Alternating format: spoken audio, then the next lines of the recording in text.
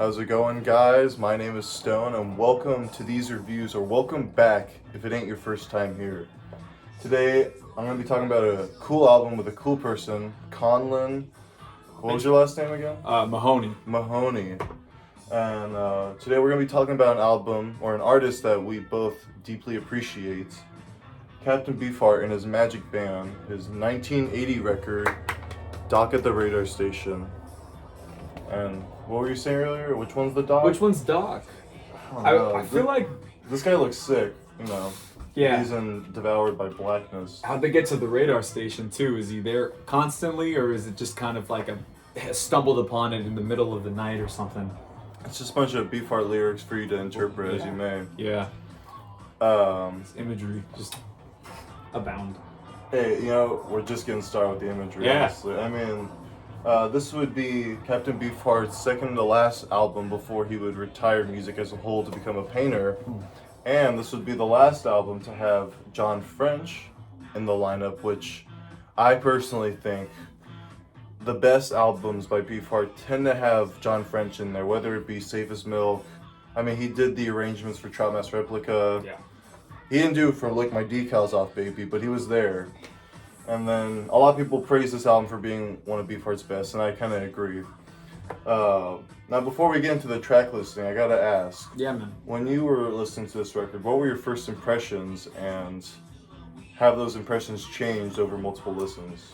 Yeah, so the first time I heard this one, I was listening to the White Stripes a lot, and they did a cover EP, a 3-song EP, back in 2001, and Ashtray Heart was, I believe, the one that kicks it off. And so I was like, I sat on it, I mulled on it, I was like, this is a cool song, like, is this theirs? Because, you know, they never really played it again afterwards, and I found this record, and I initially thought, like, okay, kind of weird, kind of cool, I like it. It had this sound that sounded like early 80s digital production, and I was wondering, like, how it sounded both like, it has like a garage rock kind of element, but also it had like this crazy sort of like dip and pull to the syncopation, to the rhythm, and then to the, you know, the man kind of hovering over with his vocals and everything, laying down all these like totally intricate lines, different, like, I guess octaves. I probably didn't even know what an octave was when I heard it, but yeah. So I think it's pretty unique, and I think the cover, I love that cover because it just like sums it up so nice. What about you, man? Well, when I first heard this record, when I first got into Beefheart, I remember only listening to like Safe as Milk, Lick My Decals, and Troutmass Replica. And I was always afraid to check out anything after because I always heard he kind of went like commercial after. But then, thanks to the internet, I found people talking about this album, and I decided to listen to it. And I remember the first song I ever heard on this album was Sue Egypt, which I'll get to more about how crazy it was, but that was a great introduction to this album because I was very blown away by, like, you know, it was just him continuing his madness, I'd say. Like, it still had that classic Beefheart sound, but it was a little, I'd say a little more accessible when you compare it to, you know, Lick My Decals and Troutmass. And yeah, I don't know if I'd say this is like my third favorite album by him, maybe. I feel like this or Ice Cream for Crow is my third favorite. Ice Cream for Crow's good. I don't have it on vinyl, unfortunately, but like, I listen to that record constantly, and the same goes with this. There's a lot of bangers on this album, which we'll get to right now while we're at it. I mean, as an opener, how do you think Hothead is? Hothead is great way to just kind of drop you in. You're here, you know what's coming, and it starts out with like this kind of ethereal sort of, I like the sounds that you're hearing. It's almost like you're getting a little bit of a sample from each side that's coming through. Like there's this choral string thing that sounds like a fake digital sound, not in a bad way though. It just hits the nail on the head, and I hear little bits of it in Hothead. I also love the bass guitar. Oh yeah. It kind of sounds like a tape like starting up every time. It's like pew, pew, pew. But it's just constantly, it's just like a weird little itch that I didn't know I had for it. No, that's what I feel about a lot of Beefheart songs. Like once it scratches that part of your brain, you need it to be scratched again. Yeah. And I do feel like, I mean, to talk about the instrumentation, it's very much like, I'd say, the most accessible song on the album, which makes it a good opener, especially with Ashtray Heart coming after it. But as an opener, I think Hothead really works. Super catchy. I love Yeah. Beefheart's vocal performance on it, just the way he's like Hothead, Hothead. Like you can't hear him say the T in hot, but I like it. You know, it's just his California accent. It's and funny. then yeah. I was gonna say too. It's funny. Like Hothead's a little saying you hear, but it's like it's cool to hear Beefheart taking a saying that kind of pops up through like everyday life in the vernacular of like some people. Oh, you're a hothead. He's just hothead, hothead. So was it like stitch you to a wheel, take you to her fire, spin you round and round? Oh, just like yeah. kind of building words on top of that saying, which I really admire because I think Beefheart as a poet really inspires me too. Just like some people like don't like his lyrics and all that sometimes, or they think he's just crazy. Just listen to or read his lyrics without the music going, and not to say it'll make sense, but you'll have a greater appreciation. And moving forward, I think, as I said earlier, Ashtray Heart does a great job at kind of like bringing back that classic Beefheart sound with John French playing drums on this track. And He's back, baby. he is back, honestly. The best drummer of any Beefheart lineup. Yeah, I think that you kind of said that really well. I love that line. I feel like a glass shrimp. That pops up in my head whenever nowadays if I'm like kind of just I don't know, it'll just come up every once in a while. I'm glad that line is there.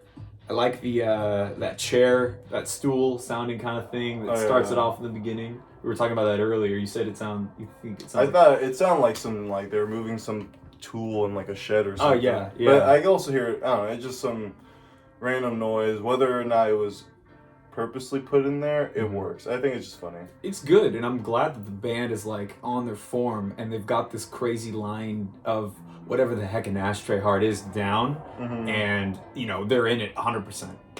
I really like the illustration of the line too, or the title, because an ashtray heart. Like you use me like an ashtray. Like I like to think my heart is an ashtray. Like you're just kind of like using it to disposing your ash onto my heart. And I also like the line, somebody's had too much to think.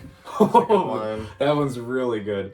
And I just think about it now too. I think John French plays all the guitar on this album. Really? Yeah. I mean, I don't know how it would be live, but I know for only 2 songs he plays drums on, and then he plays guitar and bass for most of the album. Yeah, he's not just limited to the drums. He's kind of doing it all there.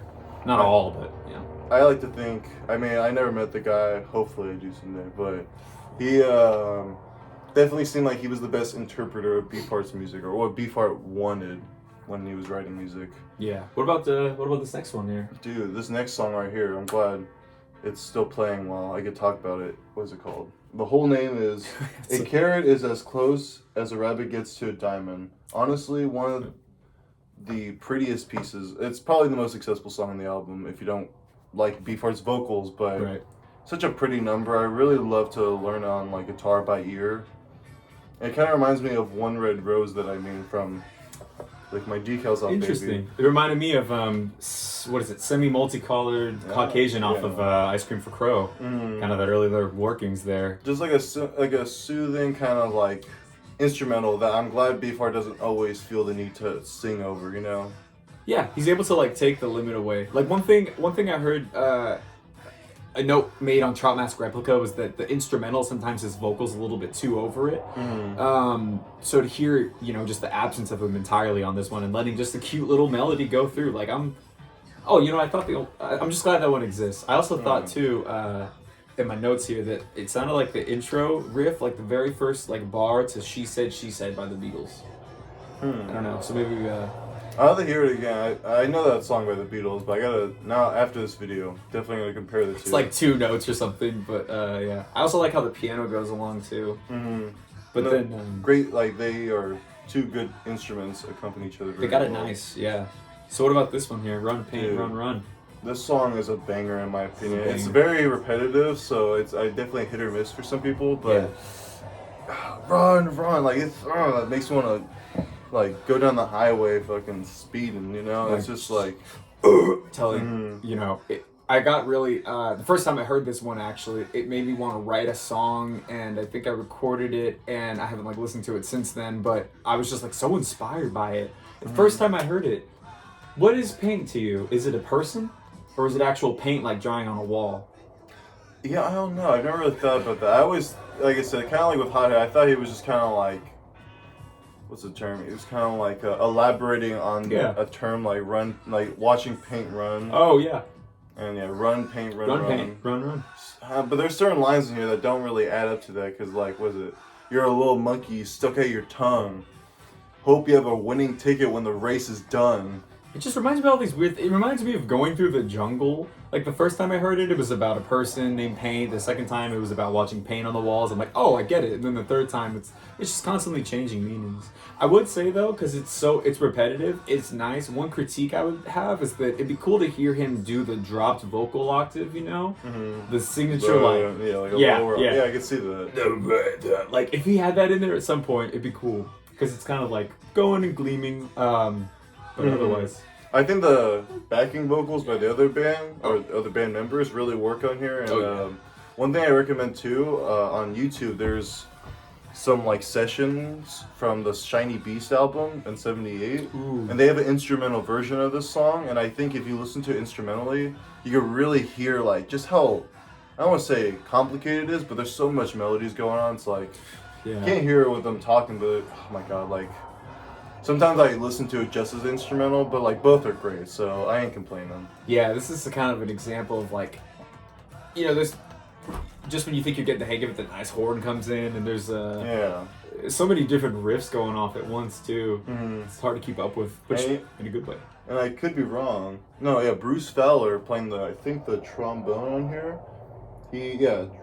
Trombone. He also was in Zappa's band for a little while. So that's cool. Oh, hey. What was it, the Mothers of Invention or just Zappa? I think like the 73 lineup of the Mothers, so like definitely not the original Mothers, but Zappa's Mothers. Yeah. And then now we get to a song that, like I said, the first song I heard in this album, just because I heard that sometimes I use all music to like find like the highlighted songs and see what's up with them. And this song kind of blew me away just because, like I said, like it's just so much like Sue Egypt. What does that even mean?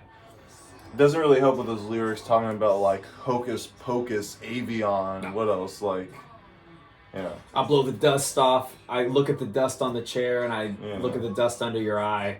Yeah, right on my bones. Yeah, like just. And then the fact that there's no drums on this album really add a seriousness to it. Maybe.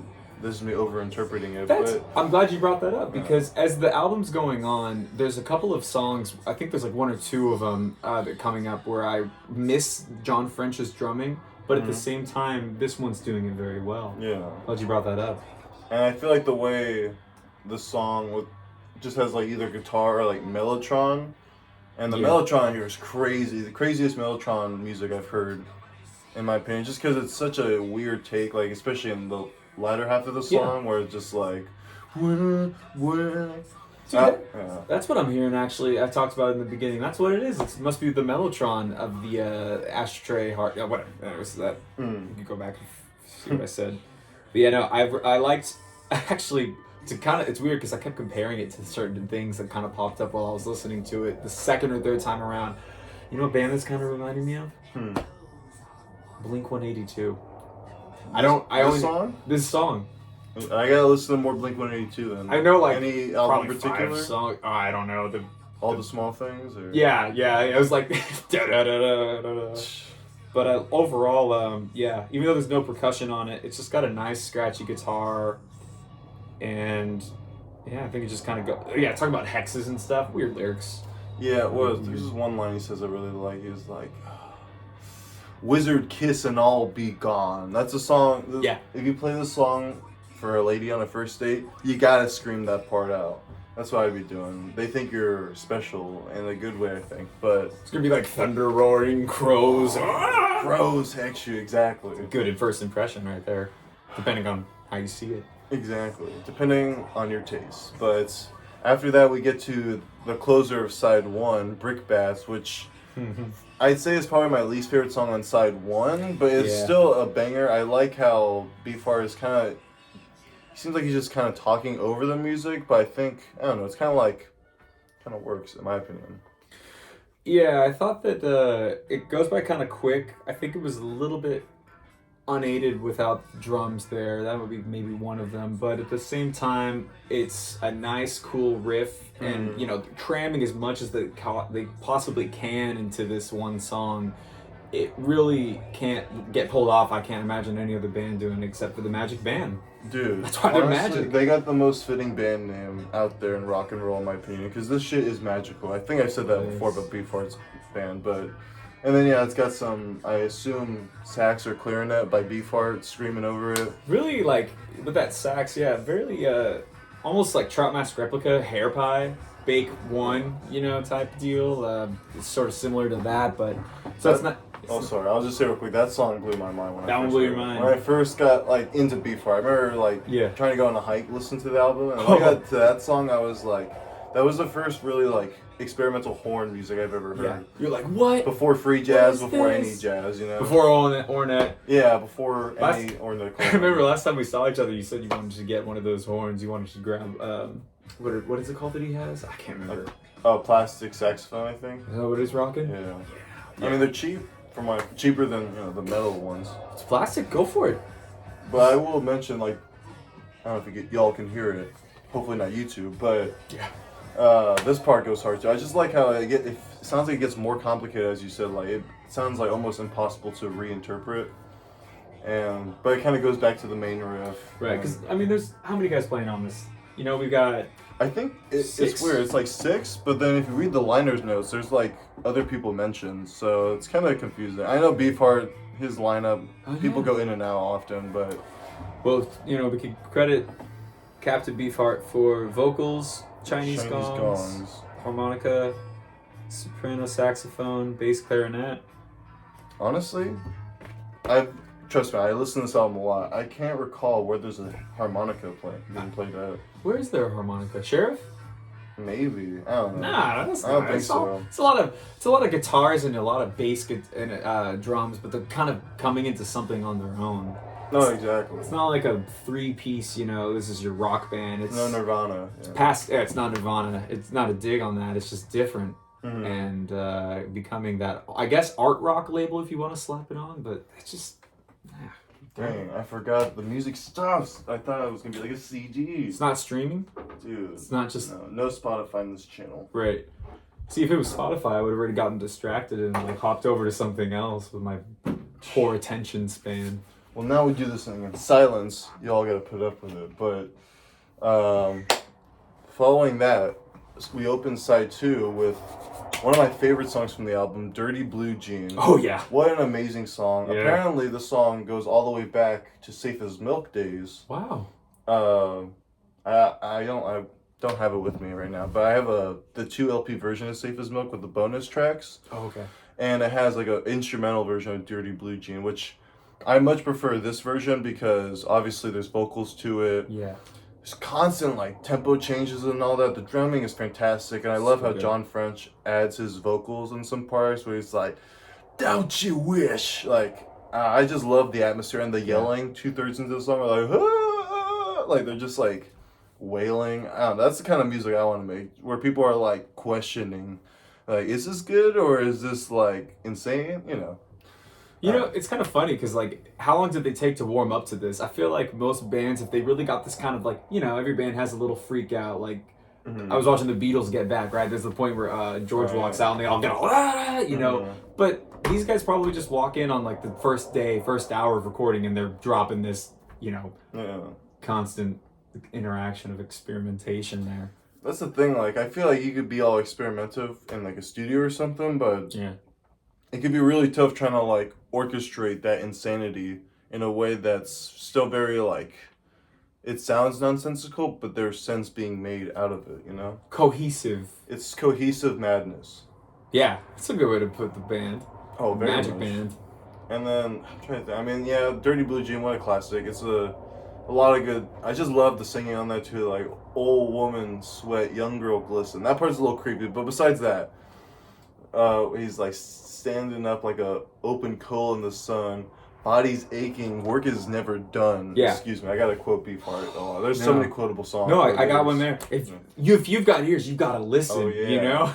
That's I love that one too. Just pulls you in. Mm-hmm. It's shit, I gotta listen, I got ears. And then he also makes a Shiny Beast reference. It's kind of cool. What is it? He says shiny beast of thought in the song. Yeah. So that's cool. If you know, you know. That's like in I think what is it? I think it's Well or something where he says the Trout Mask replica, and he says the title of the album, and it's like, oh, roll credits, Beefheart, Beefheart. No, I remember there's a live album out there, Live at My Father's Place by the Magic Band. Yeah, I'm gonna do what I want to do. I love that.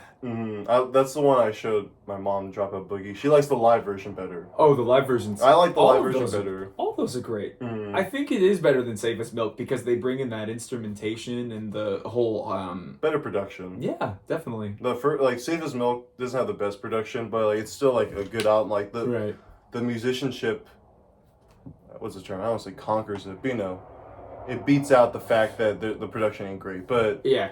You can imagine what the heck was in their heads for it, and like if they, shoot. So AI needs to come in and step it up and boost those lows and make it all. Someone make a new mix. But okay, after Dirty Blue Jean, we get another song that it took me a hot minute to really get into, but I really appreciate it now. Is fuck, I should know it. Best Batch Yet. Best Batch Yet. I love the way it starts off. The way it's like, we don't like the way the snares kind of come in with Beefheart. Oh, yeah. That part always like gets me into the rest of the song, and it's kind of when in the beginning too. It sounds so heavy, like. It is. I wonder if the title was like Beefheart being meta, where he just thought like, this is the best batch yet. Yeah, like he's like, this is the coolest shit I've done so far. This is like we gotta highlight this on the album for sure. I mean, back coupling that with like taking Dirty Blue Jean straight into this. I keep saying this, but like how many riffs there are in it. I mean, earlier actually we were talking about The Fall. Yeah. I thought that this was very much an influence of like, if you know The Fall, Mark E. Smith, the like lead singer / drunk talker most of the time, like these crazy word plays and the vivid imagery that Beefheart's just kind of like paralleling out there, and it works. And I'm glad that song exists, man. And yeah, it took me a while to listen to it actually. It took me a while to kind of come around to Best Batch Yet. Yeah, there are certain songs in here where they just kind of feel like they're just kind of trotting the same territory or plotting, whichever the word is. But like it did take, like I said, there's just certain like once I get a certain riff stuck in my head, or like honestly most of the time like the way these songs get stuck in my head, it's just the way Beefheart sings these lyrics. Like you said, the way he's like, we don't have to suffer, or like my favorite line from the album or the song where he says, sorry, it's hard to not think of it without the music, but he's like, you may think this is the finest pearl, but it's only cardboard balls. Yeah. And it's just like, it's very, I don't know how to interpret it, but I love just the way he pronunciates those words. And when you said that lyric, I remember where I was at the last time I listened to this, because that was one that stuck out to me. It's just cardboard, and you're thinking about pearls. Imagine you have a diamond pearl, but you're like, oh, that's a cardboard ball, that's bro. That's a cardboard waste. And he's not saying it's plastic. He's not pulling a Andy Warhol and being like, everything's plastic. He's like, it's cardboard, baby. It's cardboard. Right. Recycle that shit. Toss it in the recycling bin.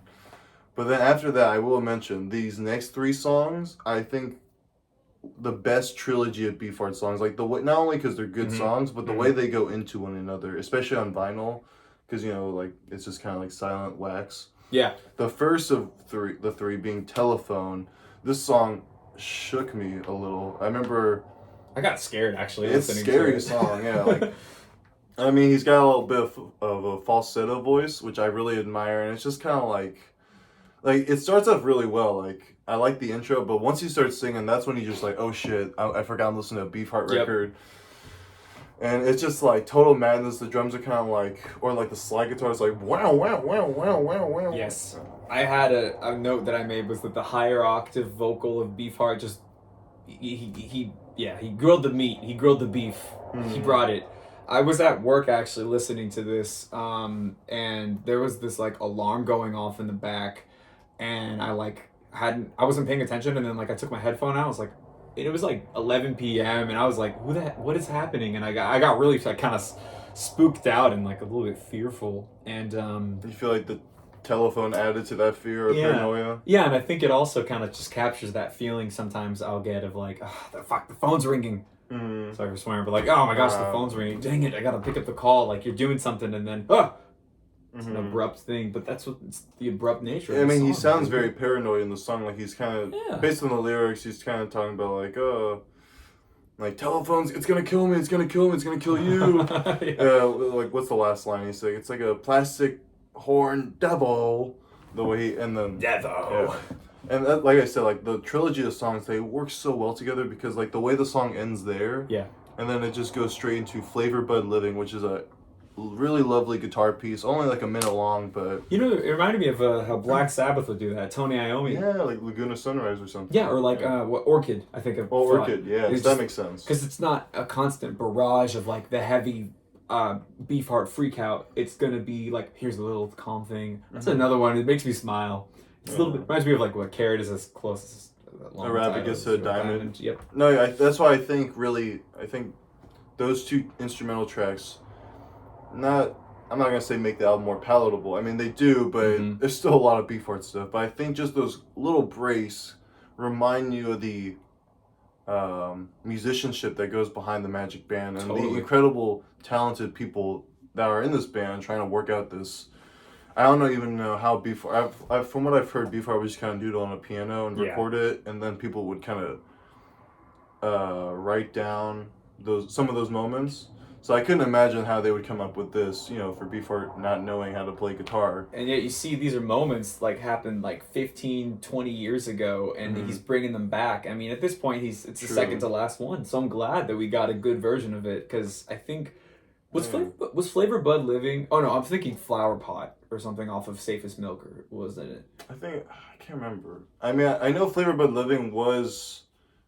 Like from what I'm could just be strictly Talk at the Radio. I think it was there's a song from this record, I could be wrong, that comes from Strictly Personal. That was like an outtake. That's what I just read earlier today, so sorry folks, I don't have my information. You look it up. You do the Wikipedia search. Why aren't you talking? Okay.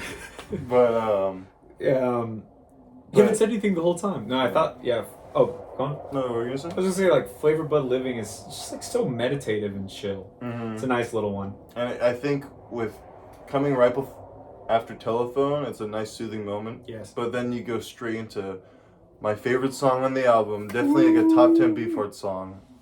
If I had to do a list, which I haven't yet, but I'll tell you guys when it happens. Probably top 3 titles for sure. Dude, yeah, Sheriff of Hong Kong, and then just.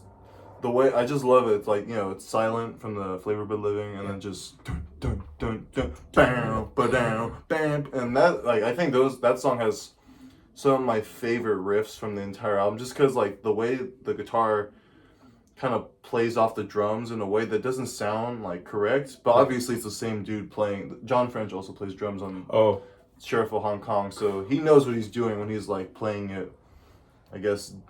Not following the guitar riffs. It's killer because he knows it's gonna never sync up quite, but damn it just has that just enough to tingle your brain. Yeah, that trademark Captain Beefheart sound to it. And what do you think about Sheriff of Hong Kong though? Is it as good as I'm making it out to be? I think it walks you into it really, really well. In fact, there's this weird little sound effect that they get of like something clanging that reminded me of that one song. I mean, it's the Chinese gongs. That must be the. Oh yeah. It reminds me of "Walk Like an Egyptian" by the Bangles. That boom. I can see it. And it doesn't. It's so funny because like the first time I heard it, or like you hear these like fun noises, I think, God, I hope that they would stay that way. I don't want to hear it just one off. I want it to keep going because it's part of the rhythm. And then it happens, and I'm like, thank you. The bass was also nice and filling too. They have like these cool parts where there's like little pinch harmonics, just a little subtlety that like it probably was like a little mistake that popped out during the rehearsal or something. I could just imagine, and then leave that in, add that to the growing list of the not over pile, but pile those mistakes until they sound like something refreshing. Yeah. And I think the song definitely sounds refreshing. I don't know. I feel like what really sells the song to me, not only just the instrumentation, but just like I said, I don't even think Beefheart's really singing on this song. Can you even say he's singing most of this album? I don't know. Besides, like maybe the first song, but because this is coming. Take it all with however many grains of salt you want. We were a couple of Beefheart fans. Yeah, we're just. It's like saying you're into like, not everybody's into Captain Beefheart. It's not something that you would. what put on the first date, or Yeah, never. go out to, I don't know, the swimming pool with or whatever. But at the same time, it's just once you get it, it's just like, I don't know. No, I agree. I feel like I listen to this stuff too often. I'm very not too often, but I'm very desensitized by it. So like, I definitely put it on in casual moments where maybe it's definitely not the most casual music to put on. Sure. It demands attention, Yeah. It's not, like, I feel like what makes it a difficult record is the fact that you really have to, like, pay attention to the melodies going on, not only between the instruments that are not playing alongside those melodies, but the fact that someone's screaming poetry over it. So, but it's like you're walking into a bunch of cave people with like electronic instruments. Mm-hmm. It's like people sometimes, I hear like comedians talked about like they were a comedian's comedian. It's kind of like Beefheart is a bit of a musician's musician, maybe. Yeah, I can see that. You see that a little bit? No, I like the description there. And it's funny, because every time we tried to go mainstream with the two before this or so, it just didn't really click, and it didn't happen, But then... No, Trauma's Replica, yeah, I definitely, like, that wasn't out, like, Hair Pie, as I said, blew me away when I first heard it, but the whole album took me multiple listens to really like, okay, now I like this song, because now I hear the melody. But to back it up a little, back to Sheriff of Hong Kong, right. I'll have to put it in the description, but my favorite moment from this entire album, from the song, is the part where he's like, right after the line, he's like, I don't know who I am, do you? And then he just gives this scream, this shout that is just like, I can't even replicate it, not only on camera, just in the shower, it's like, my voice bleeds just thinking about trying to interpret it. And just the way, like I say, he inflects his voice through all this song, like, whiny, shiny, like, just like gruff he has. Yeah, every time he says, every time a word with two R's rolls in, it's not, like how I would say sheriff, He's sheriff. Sheriff of Hong Kong. And then my favorite, Hong Kong. another line I really love that I like to show off to people or tell them as the song's playing, I'd be like, the fact that he rhymes panda with and that is so awesome in my opinion. As someone who likes to like do poetry, like black and white panda and she's the sheriff, like just it's like it doesn't add anything, but just like the I don't know, the dopamine that goes off in my brain when I hear that rhyme, even though it doesn't make sense, it makes sense because it rhymes.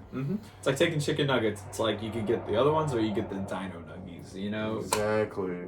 Great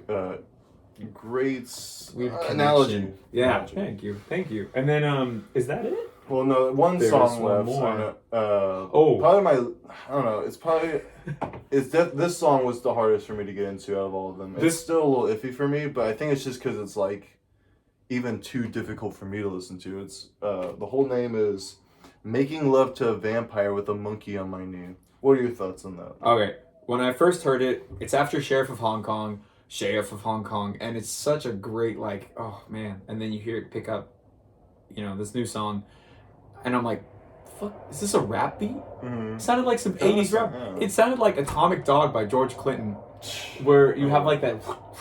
I'm like reverse tape Mellotron or something. I'm like, is my streaming like playing another song like on the library? But no, it was like it's a horrible recommendation coming from Beefheart.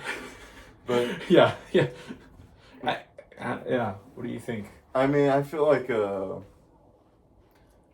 instrumentation it's probably the best on this song, just because the fact that as the song keeps going, it just becomes more like just fucked up. I hate to use the F word on you guys. Speaking of, he says the F word. Oh yeah, I was gonna say he says like 3 times. He's out of potty mouth. The first time I heard it, I was like, did he? No, because he has a way of pronouncing things, his own kind of like speaking. But no, I'm like, that's 100%. He's saying.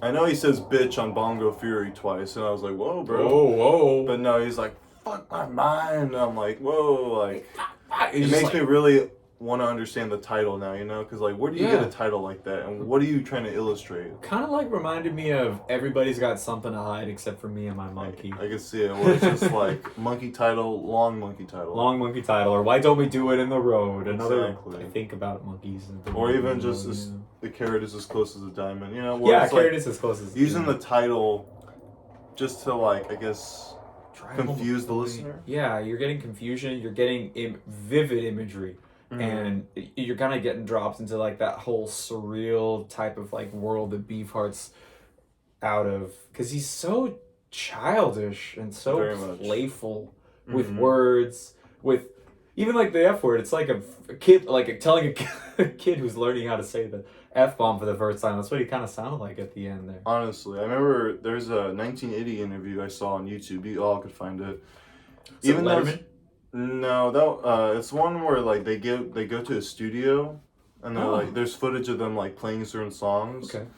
And he says that he quit school after kindergarten, which is a lie because, as I probably mentioned before, he went to high school with Frank Zappa. So maybe not the most trustworthy source, but I agree. He sounds like a child at heart when it comes to writing music and writing words. And but that being said, it is kind of an odd closer to it, though. I wouldn't really want to put anything else there. I do feel like you could maybe Brickbats. I was gonna say maybe you could put some. Yeah, Brickbats would make sense too. I feel like this song is just so difficult, and it's just like putting it at the end is just like, oof, like I still like. I don't know. I want to talk bad about it because I love the instrumentation, the musicianship, but it does, even for me, is a little difficult, and it's like strenuous, if that's a word. It was how I felt the first time I had heard Sheriff of Hong Kong, because it was easy to grip onto. They both start with the same beat, like there's a drum beat just solo by it, and then with Sheriff of Hong Kong, it just kind of metamorphosizes, unlike the last track. I keep forgetting the name. Was it Monkey Making Heart? Love to a Vampire with a Monkey on My Knee. What a guy. That's a hell of a title right there, But yeah, as a whole though, this album works.